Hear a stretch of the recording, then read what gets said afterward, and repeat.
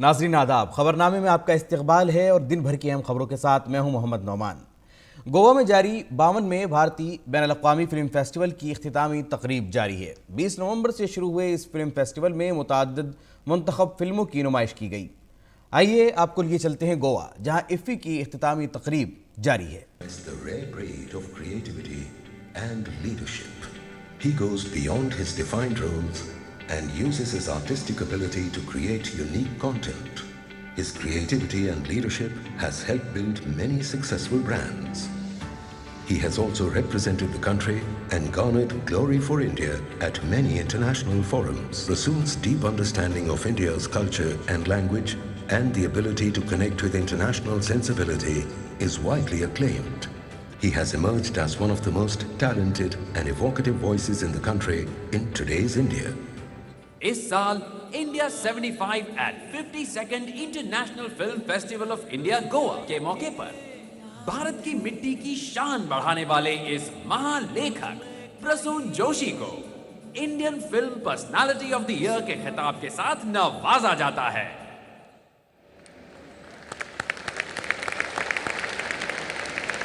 And to present this award, may I please request Honorable Minister of Information and Broadcasting, Shri Anurag Thakurji, Honorable Chief Minister of Goa, Dr. Pramod Sawant, and of course Madhuri Dixit ji to grace the stage, please.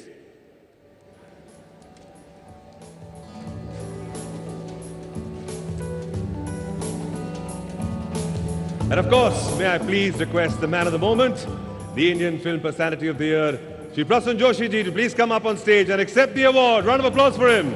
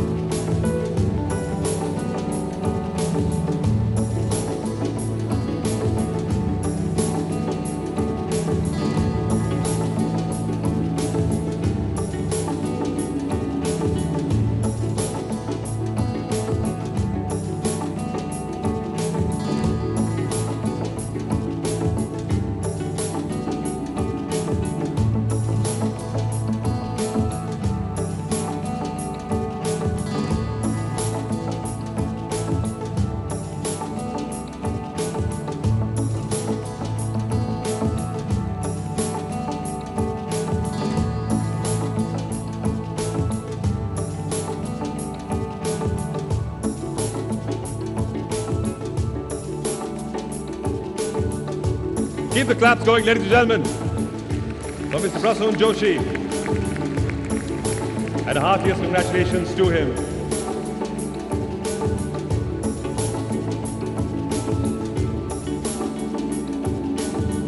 Thank you to our dignitaries. Thank you to our dignitaries. We're going to request Prasun ji to stay on stage for a second. Thank you, Madhuri ji. Thank you, Pramod sir. Thank you, Anurag ji. On this day, sir, we'd love to hear from you. A few words. Yeah, I'm really humbled and honored by this this award. So thank you, Ifi. Thank you, Anurag ji, Pramod ji, and everyone, the government of India, for considering me worthy of this award. And if I can inspire anyone, I still feel I'll keep doing what I'm doing. And Madhuri ji is here, Manoj ji is here. Or Dabu ji is here. So it's a great honor to receive an award like this. I think what I feel great about IFFI this year is the 75 Creative Minds, which is a great initiative. I feel that IFFI has been more than an award show. It has been a festival. And I think what these 75 minds can do for the country is what really gives me hope. I come from a small town of Uttarakhand, Almora, and I know how difficult it is for someone coming from a small town to get exposure to cinema. So what this award has done, what has the 75 minds have done to this initiative has done, is that also we feel that filmmaking is magic. I feel film should be magic, but filmmaking should not be magic. नाज़रीन, गोवा में IFFI की इख्तितामी तकरीब जारी है, जिसे आप बराह रास्त गोवा से देख रहे थे। अब बढ़ते हैं दीगर खबरों की तरफ। पीर से शुरू होने वाले पार्लियामेंट के सरमाई इजलास से कबल मरकजी हुकूमत ने आज कुल जमाती मीटिंग की ताकि मुख्तलिफ मसाइल पर तबादला ख्याल किया जा सके। वज़ीर दिफा राजनाथ सिंह, राज्यसभा में हाउस लीडर और मरकजी वज़ीर पीयूष गोयल, पार्लिमानी उमूर के वज़ीर प्रहलाद जोशी समेत मुतअद्दिद रहनुमाओं ने मीटिंग में शिरकत की, जबकि अपोजिशन जमातों में समाजवादी पार्टी के रहनुमा राम गोपाल यादव, बीएसपी से सतीश चंद्र मिश्रा, टीएमसी के Derek O'Brien, Sandeep Bandopadhyay, Congress party से मल्लिकार्जुन खड़गे, आनंद शर्मा, अधीर रंजन चौधरी शामिल हुए, जबकि एनडीए इत्तेहादियों की जानिब से पशुपति पारस, अनुप्रिया पटेल, रामदास अठावले मौजूद थे। कुल जमाती मीटिंग के दौरान सभी पार्टियों ने इस मुद्दत के दौरान उठाए जाने वाले मसाइल को उठाया। हुकूमत की जानिब से अपोजिशन को तमाम मामलात पर बहस की यकीन दहानी कराई गई। पार्लिमानी उमूर के मरकजी वज़ीर प्रहलाद जोशी ने उम्मीद जाहिर की कि इजलास कामयाब रहेगा। अहम बात यह है कि हुकूमत पहले ही ऐलान कर चुकी है कि इजलास के पहले ही दिन तीनों ज़रूरी क़वानीन को मनसूख करने का बिल पेश किया जाएगा। सरकार नियम के अधीन जो कुछ भी चर्चा माननीय स्पीकर और माननीय चेयरमैन परमिट करते हैं, वो सब चर्चा के लिए सरकार तैयार है। सरकार के तरफ से हमने यही निवेदन किया है, सभी चर्चा के लिए नियमों के अनुसार सरकार तैयार है जब स्पीकर और चेयरमैन परमिट करता है, लेकिन बिना डिसरप्शन सदन चले, सदन का कार्यवाही चले, यही हमने रिक्वेस्ट अपोजिशन से किया है। सभी अपोजिशन हमको आश्वस्त भी किया है कि हम पूरा कोऑपरेट करेंगे और इस बार और ज़्यादा प्रोडक्टिव सदन होगा, सेशन होगा, ऐसे सरकार का उम्मीद है। सदर जमहूरिया रामनाथ कोविंद ने हरिद्वार में पतंजलि यूनिवर्सिटी के पहले जलसा तकसीम असनाद से खिताब किया। अपने खिताब में उन्होंने भारत को विश्व गुरु बनाने के लिए पतंजलि यूनिवर्सिटी की कोशिशों की तारीफ की। सदर जमहूरिया ने कहा कि पतंजलि यूनिवर्सिटी भारतीय रिवायात को जदीद साइंस के साथ जोड़कर भारत को विश्व गुरु बनाने के हदफ की समत काम कर रही है, जिसका तयन नई तालीमी पॉलिसी में किया गया है।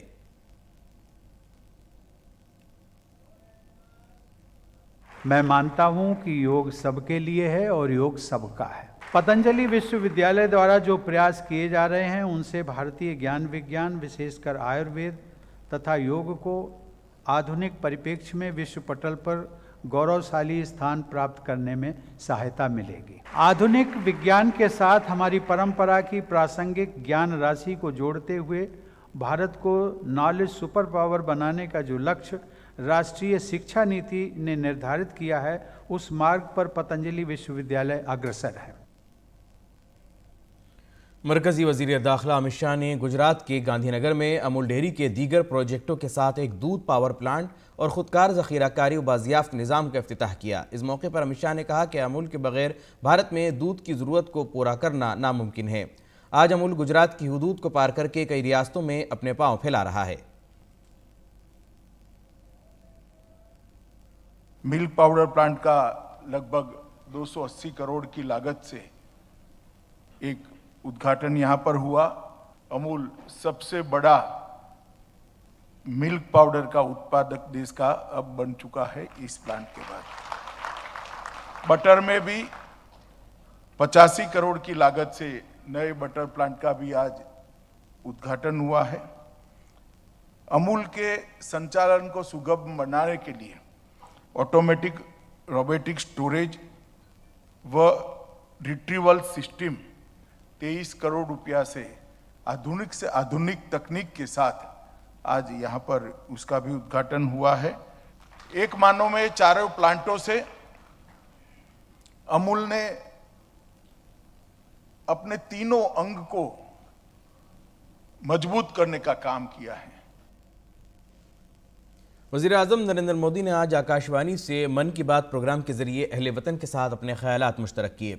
ये इस माहाना रेडियो प्रोग्राम की 83वीं किस्त थी। आकाशवाणी और दूरदर्शन के सभी नेटवर्क पर इस प्रोग्राम को नश्र किया गया। वज़ीर आज़म ने प्रोग्राम में मुतअद्दिद मसाइल पर बात की।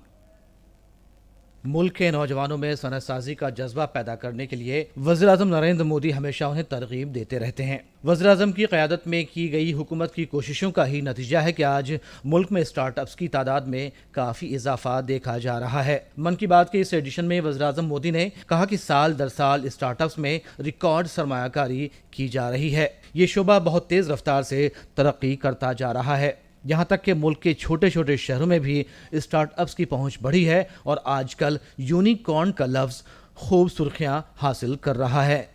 आजकल हम चारों तरफ सुनते हैं स्टार्टअप स्टार्टअप स्टार्टअप। सही बात है, ये स्टार्टअप का युग है और ये भी सही है कि स्टार्टअप की दुनिया में आज भारत विश्व में एक प्रकार से नेतृत्व कर रहा है। आजकल यूनिकॉर्न शब्द खूब चर्चा में है। आप सबने इसके बारे में सुना होगा। यूनिकॉर्न एक ऐसा स्टार्टअप होता है जिसका वैल्यूएशन कम से कम $1 बिलियन होता है, यानी करीब करीब 7,000 करोड़ रुपए से ज्यादा। साथियों, साल 2015 तक देश में बमुश्किल 9 या 10 यूनिकॉर्न हुआ करते थे। आपको ये जानकर बेहद खुशी होगी कि अब यूनिकॉर्न्स की दुनिया में भी भारत तेज उड़ान भर रहा है। एक रिपोर्ट के मुताबिक इसी साल एक बड़ा बदलाव आया है। सिर्फ 10 महीनों में ही भारत में हर 10 दिन में एक यूनिकॉर्न बना है। ये इसलिए भी बड़ी बात है क्योंकि हमारे युवाओं ने ये सफलता कोरोना महामारी के बीच हासिल की है। आज भारत में 70 से अधिक यूनिकॉर्न हो चुके हैं, यानी 70 से अधिक स्टार्टअप ऐसे हैं जो 1 बिलियन से ज्यादा के वैल्यूएशन को पार कर गए हैं। साथियों, स्टार्टअप की इस सफलता के कारण हर किसी का उस पर ध्यान गया है और जिस प्रकार से देश से विदेश से निवेशकों से उसे समर्थन मिल रहा है, शायद कुछ साल पहले उसकी कोई कल्पना भी नहीं कर सकता था। वज़ीर-ए-आज़म नरेंद्र मोदी ने कहा कि अब कंपनी शुरू करने वालों को आसपास के लोग तहरीक देते हैं और उनकी हिमायत करते हैं। उन्होंने इसे मुल्क की तरक्की के सफर का अहम मरहला करार दिया। कुछ सालों पहले यदि कोई कहता था कि वो बिजनेस करना चाहता है या एक कोई नई कंपनी शुरू करना चाहता है, तब परिवार के बड़े बुजुर्ग का जवाब होता था, तुम नौकरी क्यों नहीं करना चाहते? नौकरी करो ना भाई। अरे नौकरी में सिक्योरिटी होती है, सैलरी होती है, झंझट भी कम होती है। लेकिन आज यदि कोई अपनी कंपनी शुरू करना चाहता है तो उसके आसपास के सभी लोग बहुत उत्साहित होते हैं और इसमें उसका पूरा सपोर्ट भी करते हैं। साथियों, भारत की ग्रोथ स्टोरी का यह टर्निंग पॉइंट है, जहां अब लोग सिर्फ जॉब सीकर्स बनने का सपना नहीं देख रहे बल्कि जॉब क्रिएटर्स भी बन रहे हैं। इससे विश्व मंच पर भारत की स्थिति और मजबूत बनेगी। वज़ीर-ए-आज़म नरेंद्र मोदी ने मन की बात प्रोग्राम में आज़ादी के 75 बरस मुकम्मल होने पर अहले वतन के अज़ाइम का जिक्र किया। उन्होंने दिसंबर में फौज की शुजाअत से मुंसलिक मौक़े का भी जिक्र किया। Bureau report, DD news Urdu खबरें।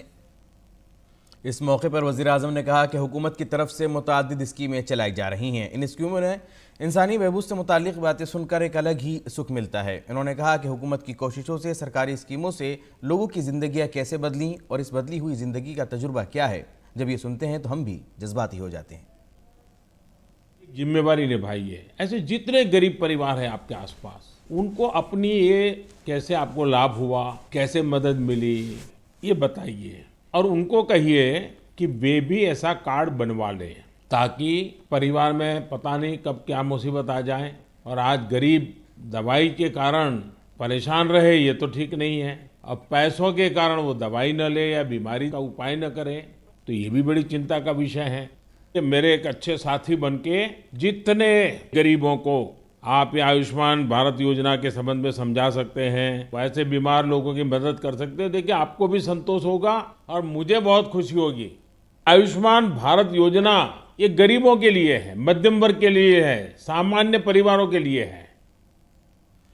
पीएम मोदी ने तमाम शहरियों को कुदरती वसाइल के तहफ़्फ़ुज़ का भी पैगाम दिया। उन्होंने कहा कि मुल्क में ही कई ऐसी रियासतें और मुतअद्दिद खित्ते हैं जहाँ के लोगों ने कुदरती विरासत के रंगों को बचा कर रखा है। पीएम ने तूतीकुड़ी की मिसाल देते हुए इसके तहफ़्फ़ुज़ के तय किए गए इक़दामात का भी जिक्र किया। प्रकृति का संरक्षण करते हैं तो बदले में प्रकृति हमें भी संरक्षण और सुरक्षा देती है। इस बात को हम अपने निजी जीवन में भी अनुभव करते हैं और ऐसा ही एक उदाहरण तमिलनाडु के लोगों ने व्यापक स्तर पर प्रस्तुत किया है। ये उदाहरण है तमिलनाडु के तूतुकुड़ी जिले का। हम जानते हैं कि तटीय इलाकों में कई बार जमीन के डूबने का खतरा रहता है। तूतुकुड़ी में भी कई छोटे आइलैंड और टापू ऐसे थे जिनके समुद्र में डूबने का खतरा बढ़ रहा था। यहाँ के लोगों ने और विशेषज्ञों ने इस प्राकृतिक आपदा का बचाव प्रकृति के जरिए ही खोजा। ये लोग अब इन टापुओं पर पाल्मेरा के पेड़ लगा रहे हैं। ये पेड़ साइक्लोन और तूफानों में भी खड़े रहते हैं और जमीन को सुरक्षा देते हैं। इनसे अब इस इलाके को बचाने का एक नया भरोसा जगा है। साथियों, प्रकृति से हमारे लिए खतरा तभी पैदा होता है जब हम उसके संतुलन को बिगाड़ते हैं या उसकी पवित्रता नष्ट करते हैं। प्रकृति माँ की तरह हमारा पालन भी करती है और हमारी दुनिया में नए नए रंग भी भरती है। बीजेपी के सदर जेपी नड्डा ने दिल्ली के वसंत विहार में पीएम मोदी के मन की बात प्रोग्राम को सुनने के बाद बूथ मीटिंग से खिताब किया। उन्होंने पीएम की क़ियादत की सताइश की। नॉर्थ ईस्ट के बारे में कितनी जानकारी थी, लेकिन उन्होंने अपने मन की बात के माध्यम से 130 करोड़ जनता को नॉर्थ ईस्ट का कल्चर, वहाँ की संस्कृति, वहाँ का विचार, वहाँ की सोच और वो हमारे देश का अभिन्न त्योहारों के बारे में बताया। कहीं मकर संक्रांति मनाई जाती है, कहीं पोंगल मनाया जाता है, कहीं कुछ मनाया जाता है। तिथि एक होती है, तरीके अनेक होते हैं। आज उन्होंने बाबा साहब अम्बेडकर के बारे में बताया। आज उन्होंने बताया कि 6 दिसंबर को और जिस तरीके से हम उनके तिथियों को मनाते हैं और उनका जो कंट्रीब्यूशन है। महिला सशक्तिकरण के बारे में उन्होंने चर्चा की है। महिला सशक्तिकरण की दृष्टि से क्या क्या काम हो रहा है, सेल्फ हेल्प ग्रुप में क्या लोग कर रहे हैं। स्वास्थ्य की चर्चा की, आयुष्मान भारत की चर्चा की। स्पोर्ट्स को उन्होंने बहुत फोकस किया है। खेल, खिलाड़ी, अब बच्चा ओलंपिक्स, एशियाड, एशियन गेम्स, इसकी चर्चा करता है। मगरबी बंगाल के नादिया ज़िले में हुए एक सड़क हादसे में 17 लोग हलाक और 15 दीगर जख्मी हो गए। जख्मियों का इलाज किया जा रहा है। यह अलमनाक हादसा उस वक्त पेश आया जब लोग आखिरी रसूम की अदायगी के लिए जा रहे थे। शुमाली 24 परगना के बागदा से नवाद्वीप जा रहे इन लोगों की गाड़ी एक ट्रक से टकरा गई। पुलिस के मुताबिक यह हादसा घने कोहरे और गाड़ियों की रफ्तार तेज होने की वजह से हुआ।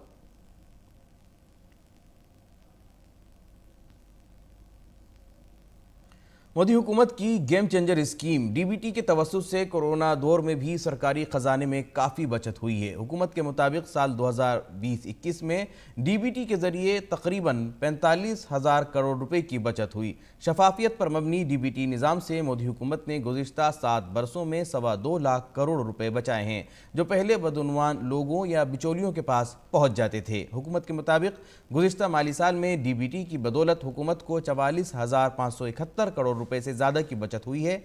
डीबीटी पोर्टल के मुताबिक सिर्फ पीडीएस के जरिए मिलने वाले राशन की मद में सरकारी खजाने को कुल 34,700 करोड़ रुपए की बचत हुई है। याद रहे कि कोरोना दौर में मुल्क के 80 करोड़ से ज़्यादा गरीबों को मुसलसल फी माह 5 किलो से ज़्यादा मुफ्त राशन मोदी सरकार की तरफ से पहुँचाया गया है। हाल ही में वज़ीर आज़म मोदी की सदारत में मरकज़ी काबीना ने इससे मरबूत पीएम गरीब कल्याण अन्न योजना को मार्च 2022 तक बढ़ाने का फैसला भी किया है। इसके अलावा गुज़िश्ता कारोबारी साल में मनरेगा में भी सरकार को 7,803 करोड़ रुपए की बचत हुई।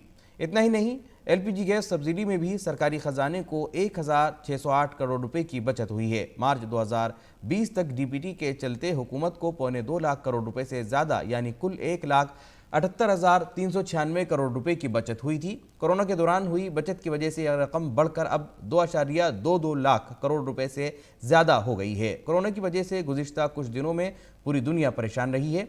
सबसे मुश्किल वक्त रहा और दुनिया भर की हुकूमतों को अपने शहरियों तक राहत पहुँचाने में कमी आई थी। हालांकि जनधन खातों और डीबीटी की वजह से भारतीय हुकूमत अपने आम शहरियों, ख़ासतौर से गरीबों, किसानों और ख्वातीन तक रास्त मदद आसानी से पहुँचा सकी। डीबीटी से न सिर्फ बदउनवानी पर कतगन लगा बल्कि आम आदमी का हक अब रास्त तौर पर उनके बैंक खातों में पहुंच रहा है। अब तक डीबीटी के जरिए 19.75 लाख करोड़ रुपए से ज़्यादा की रकम सीधे गरीबों और आम लोगों के बैंक खातों में पहुंची है।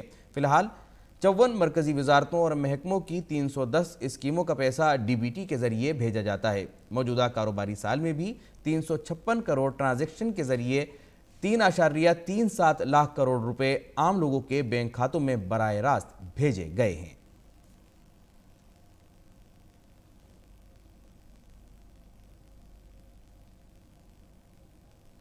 और शुमाल मशरक़ी भारत की तरक्की के सफ़र को रफ्तार देने के मकसद से भारतीय हुकूमत मुसलसल कोशा है।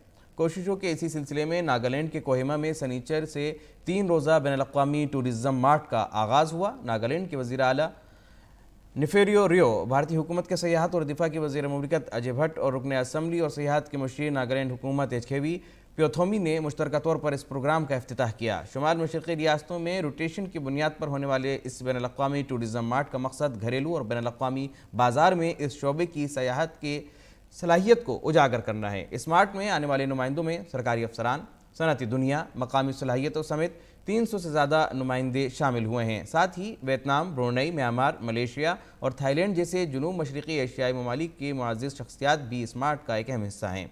वज़ीर आज़म की जानिब से शुरू की गई एक अहम पहल एक भारत श्रेष्ठ भारत को शामिल करते हुए मार्ट में आने वाले नुमाइंदों में मुल्क भर के 50 से ज़्यादा तलबा भी शामिल हुए हैं, जो अपने इस मुनफरिद मुतालियाती दौरे के दौरान वो मकामी तलबा के साथ बातचीत करेंगे और इस इलाके के भरपूर विरसे और सकाफ़त का गवाह बनेंगे और इसे भारत के कोने कोने तक फैलाएंगे। और अब रुख करते हैं बैनुल-अक़वामी खबरों का। बांग्लादेश की राजधानी ढाका में पुलिस ने 7 करोड़ रुपए से ज़्यादा की जाली भारतीय करेंसी बरामद की है। ये जाली करेंसी 1400 पैकेटों में एक मकान में पानी की टंकी में छुपाई गई थी। बरामदशुदा जाली करेंसी पाकिस्तान में तैयार करके श्रीलंका भेजी गई थी और वहाँ से बांग्लादेश की सरहद के रास्ते भारत भेजने की कोशिश हो रही थी। ढाका पुलिस के डिप्टी कमिश्नर ने बताया कि जाली करेंसी मुख्तलिफ रास्तों से होती हुई बांग्लादेश पहुंची थी। पुलिस ने जाली करेंसी के साथ एक जोड़े को गिरफ्तार किया है। पुलिस इस मामले में दीगर लोगों की तलाशी कर रही है। और अब बात कोरोना वायरस की। मुल्क भर में कोरोना से सेहतयाबी की शरह 98.34% हो गई है। पिछले 24 घंटों में 8,774 योमिया नए मामले दर्ज किए गए हैं। कोरोना के एक्टिव मामले कम होकर 1,05,691 हो गए हैं। हफ्तावाराना पॉजिटिविटी की शरह मुसलसल 14वें रोज 1% से कम बरकरार है।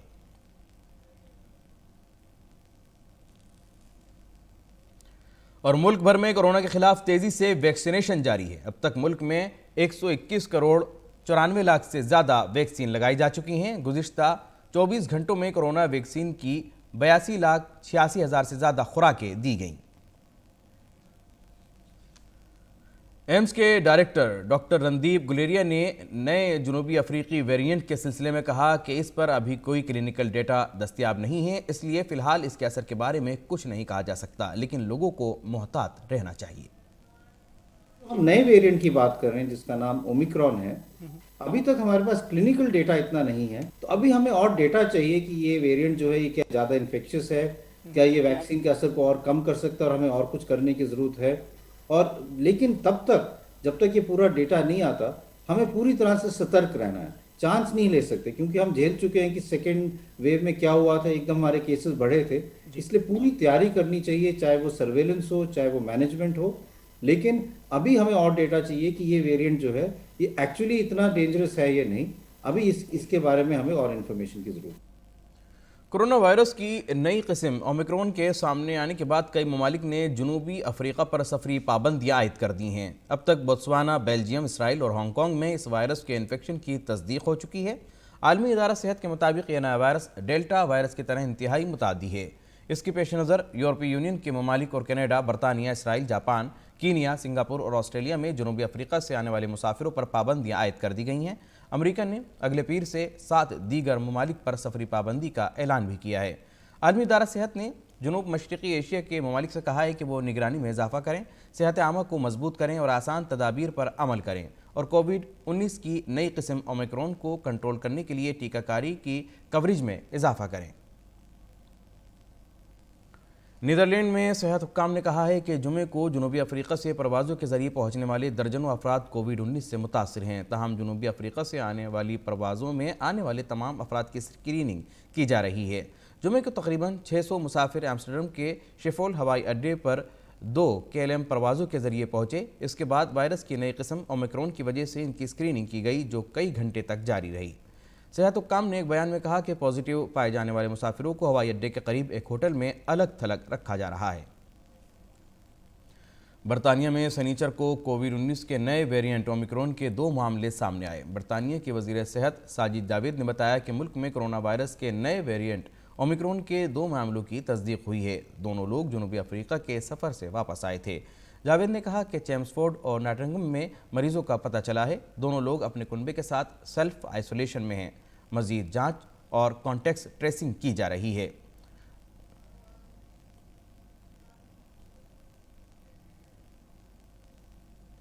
जर्मनी के इम्यूनोलॉजिस्ट लेफ एरिक सैंडर्स ने कहा है कि कोरोना से बचाव के लिए लगाई जा रही मौजूदा वैक्सीन कोरोना के ओमिक्रॉन वेरिएंट से तहफ़्फ़ुज़ फराहम कर सकती है। जनूबी अफ्रीका से आने वाले कुछ मुसाफिरों में कोरोना वायरस की नई अक़साम की मौजूदगी के बाद जर्मनी में तशवीश बढ़ गई है। जर्मनी में हफ्ते के रोज़ कोरोना के 67,000 से ज़ायद नए मामले सामने आए। अब तक वहाँ कोरोना ने 1 लाख से ज़्यादा लोगों की जानें ली हैं। और खेल की खबरों में भारत ने भुवनेश्वर में जारी जूनियर हॉकी वर्ल्ड कप के क्वार्टर फाइनल में जगह बना ली है। संजय कुमार, अरिजीत सिंह और संदीप शर्मा के 2-2 गोलों की बदौलत दिफाई चैंपियन भारत ने पोलैंड को 8-2 से शिकस्त देकर आखिरी 8 में जगह बना ली। 1 दिसंबर को क्वार्टर फाइनल में भारत का मुकाबला बेल्जियम से होगा। पहले 2 मैचों में हैट्रिक करने वाले संजय ने चौथे और 58वें मिनट में गोल करके अपनी शानदार कारकर्दगी जारी रखी, जबकि अरिजीत ने 8वें और 60वें मिनट में और संदीप ने 24वें और 40वें मिनट में गोल किए। इसके अलावा उत्तम सिंह और शादानंद ने 1-1 गोल किए। इस जीत के साथ ही भारत पूल बी में दूसरे नंबर पर पहुंच चुका है। भारत को पहले मैच में फ्रांस ने शिकस्त दी थी, ताहम दूसरे मैच में भारत ने कनाडा को 13-1 से मात देकर शानदार वापसी की।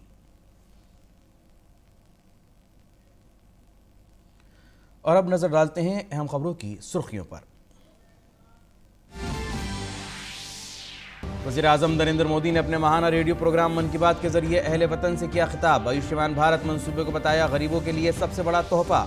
मंसूबे के फायदे से मुताल्लिक आगाही की जरूरत पर दिया जोर, ताकि आवाम को ज्यादा से ज्यादा हो सके फायदा।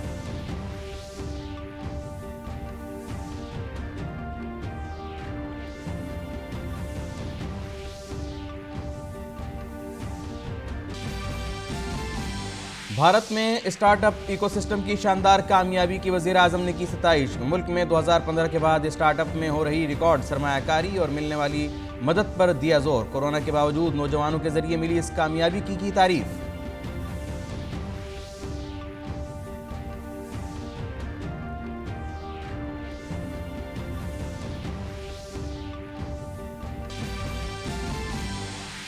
पीर से शुरू होने वाले पार्लियामेंट के सरमाई इजलास के पेश नज़र सियासी जमातों की सरगर्मियां तेज। मरकजी हुकूमत ने कुल जमाती मीटिंग में हुकूमत की जानिब से हिज़्ब इख्तिलाफ को तमाम उमूर पर बहस की कराई यकीन दहानी। पार्लिमानी उमूर के मरकजी वजीर प्रहलाद जोशी ने इजलास के कामयाब होने की जाहिर की उम्मीद। राज्यसभा में बेहतर तालमेल के लिए शाम को नायब सदर जमहूरिया एम वेंकैया नायडू ने भी तलब की कुल जमाती मीटिंग। कोरोना पर वज़ीर आज़म नरेंद्र मोदी की आला सतही जायजा मीटिंग के बाद मरकज़ और रियासती हुकूमतों ने इन्फेक्शन को रोकने के लिए किए सख्त इक़दामी इब्तिदा। जनूबी अफ्रीका और 6 दीगर ममालिक से भारत आने वालों के लिए हवाई अड्डों पर सख्त स्क्रीनिंग का इंतजाम।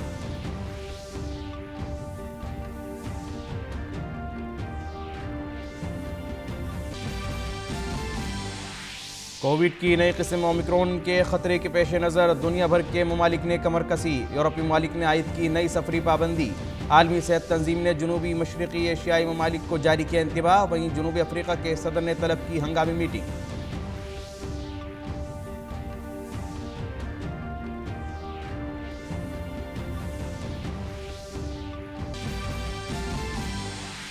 और जूनियर आलमी कप हॉकी में भारत ने पूल बी मुकाबले में पोलैंड को 8 गोल से हराकर क्वार्टर फाइनल में जगह बनाई। बुध को होने वाले क्वार्टर फाइनल मैच में भारत का बेल्जियम से होगा मुकाबला।